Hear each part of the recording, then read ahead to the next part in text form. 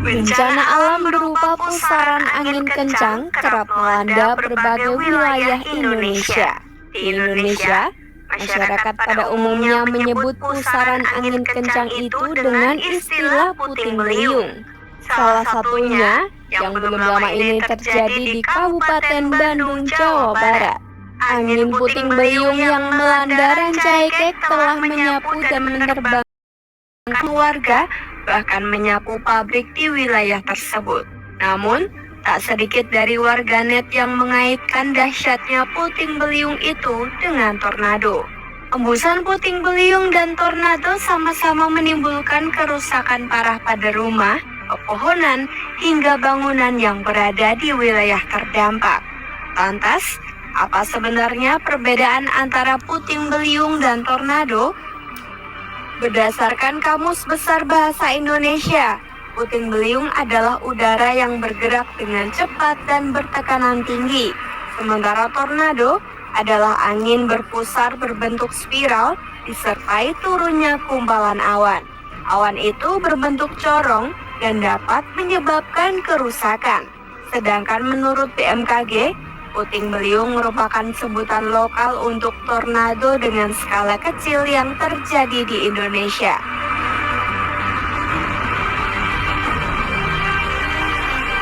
Menurut laman BPBD Sumatera Utara, puting beliung terjadi saat awan cumulonimbus bergerak dengan kecepatan 30 hingga 50 knots atau 56 hingga 92 km. Arus udara di dalam awan bergesekan naik turun sampai membentuk pusaran angin.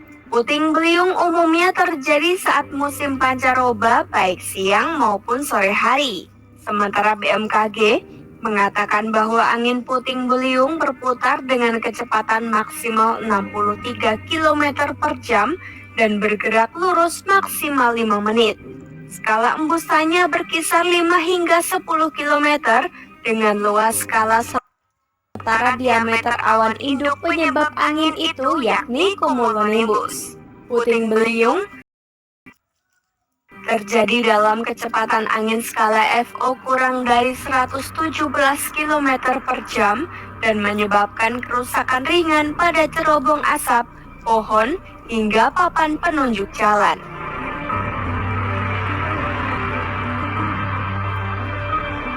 Sementara tornado terbentuk saat udara yang hangat dan lembab bertabrakan dengan udara dingin dan kering. Perputaran udara akan menyedot udara hangat dan lembab ke atas, membentuk awan corong spiral. Sementara udara kering dan dingin disalurkan ke tanah, memengaruhi kecepatannya. Tornado dapat terjadi sepanjang tahun, namun lebih sering di awal musim semi bulan Mei hingga akhir musim panas. Sebagian besar tornado terbentuk pada sore hari karena matahari telah memanaskan tanah dan atmosfer untuk menghasilkan badai petir. Berbeda dengan puting beliung, tornado berkecepatan minimal 70 km per jam, bahkan bisa bertahan berjam-jam dengan kecepatan mencapai 480 km per jam. Tornado punya skala kekuatan angin lebih tinggi dan radius lebih luas dibandingkan puting beliung sehingga kerusakan yang ditimbulkan lebih parah.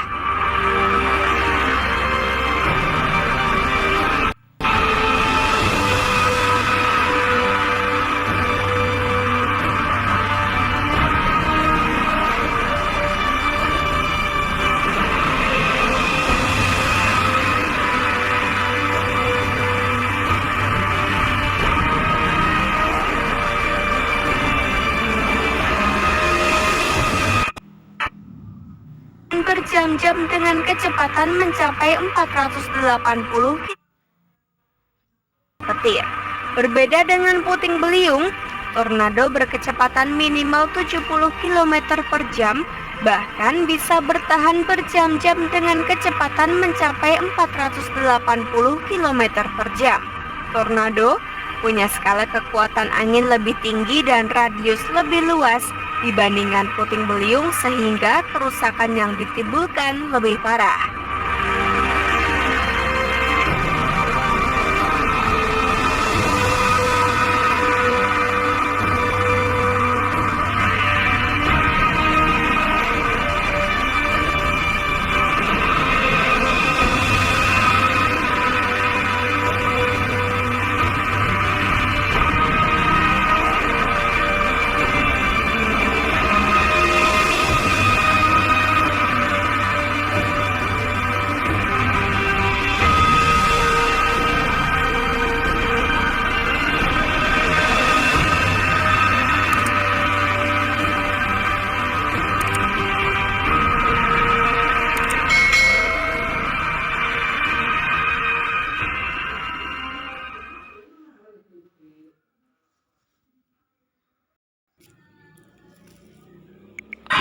Assalamualaikum warahmatullahi wabarakatuh.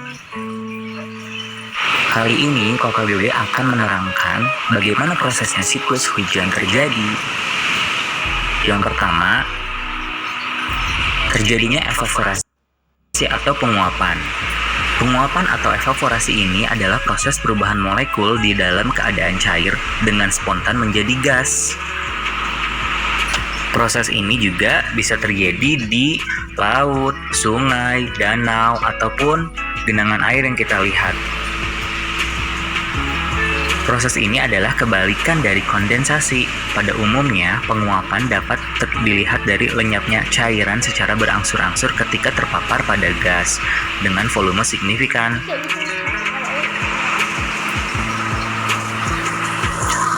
Air yang terdapat pada laut, sungai, atau danau akan mengalami penguapan. Hal itu karena panasnya sinar matahari. Proses ini disebut penguapan tadi.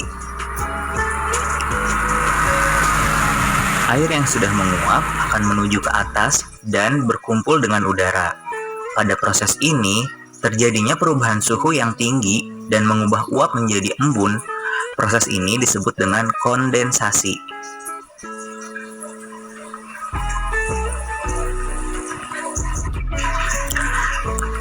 Embun yang lama-kelamaan menjadi banyak akan menjadi sebuah awan yang mengandung air yang sangat banyak, sehingga kita sering menyebutnya awan mendung. Di sini ada istilah presipitasi. Presipitasi adalah segala produk dari hasil kondensasi uap air di atmosfer, baik itu air hujan, hujan es, atau hujan salju. Hujan es angin. Teman-teman bisa lihat di sini ya. Di sini ada danau.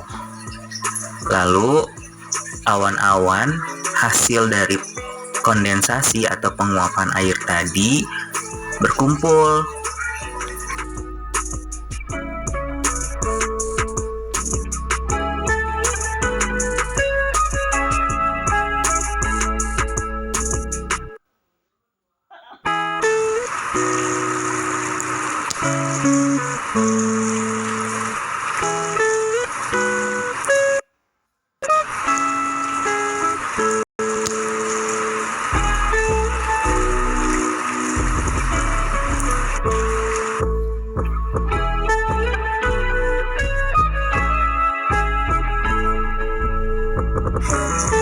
Bila awan embun berada di dalam suhu yang sangat dingin, maka butiran air akan membeku menjadi salju.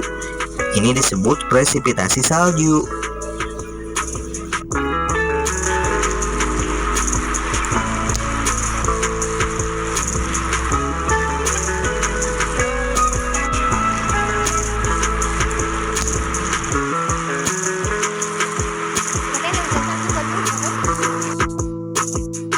Awalnya, aliran resapan air tanah mengalir menuju sumber mata air seperti sungai, lautan, atau danau. Di sana terjadilah evaporasi atau penguapan tadi. Pada saat disinari matahari, maka uap akan terjadi pada air-air tersebut dan terjadilah kondensasi di atas awan. Awan pun menjadi kelabu atau mendung. Di sini terjadilah presipitasi hujan air, maka hujan pun turun.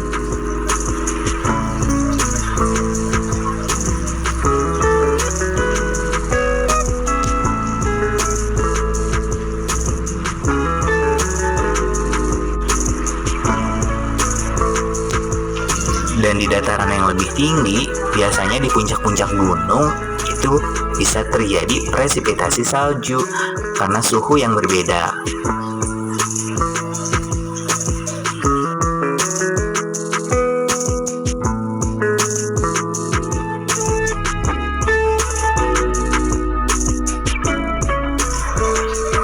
Setelah air hujan yang turun dan salju-salju di atas gunung yang mencair, maka tanah menyerapnya kembali dan mengalirkannya ke air laut atau air sungai. Teman-teman, kalian bisa lihat ya, di sini ada siklus air hujan dalam bentuk gambar.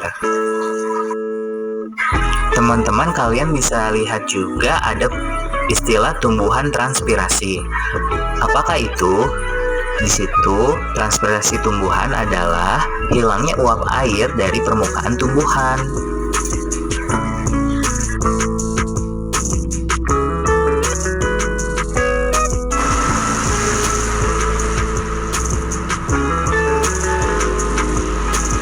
Teman-teman, begitulah perjalananku sebagai siklus hujan.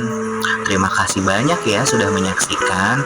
Semoga bermanfaat dan menambah pengetahuan teman-teman semua. Sampai jumpa lagi di video-video berikutnya. Assalamualaikum warahmatullahi wabarakatuh. See you later teman-teman. Don't forget to subscribe ya, like and comment. Nyalakan juga loncengnya.